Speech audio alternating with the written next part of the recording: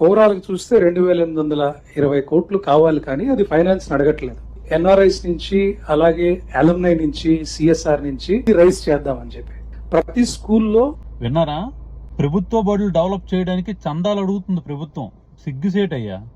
విద్యా వైద్య రంగం రెండు కూడా ప్రభుత్వం బాధ్యత. మీరు ఏం చేయకపోయినా పర్వాలేదు, ఈ రాష్ట్రానికి ఏం ఇవ్వకపోయినా పర్వాలేదు, విద్యా వైద్యాన్ని కల్పించండి చాలు. ఈ కర్మ కాకపోతే రాష్ట్ర ప్రజలు జగన్మోహన్ రెడ్డిని వదిలేశారు. ఈ రాష్ట్రంలో 2019-24 మధ్యన 45,000 స్కూల్స్ డెవలప్ చేశాడు. సుమారుగా 12,000 కోట్ల రూపాయలు పెట్టుబడులు పెట్టి రాష్ట్రంలో బోధన తరగతులు డెవలప్ చేశాడు. స్కూల్లో బెంచులు ఇచ్చాడు, మరుగుదొడ్లు బాగు చేశాడు, స్కూల్ పిల్లలకి బ్యాగ్స్ ఇచ్చాడు, షూస్ ఇచ్చాడు, అన్ని ఇచ్చాడు. కార్పొరేట్ స్కూల్కి ధీటుగా డెవలప్ చేశాడు. మంచి పోషకాహారాలు అందించాడు. అద్భుతమైనటువంటి పాలన అందిస్తే జగన్ 11 సీట్లకి పరిమితం చేశారు. ఈ గవర్నమెంట్ చూడండి, అన్ని ప్రైవేట్ వాళ్ళకే.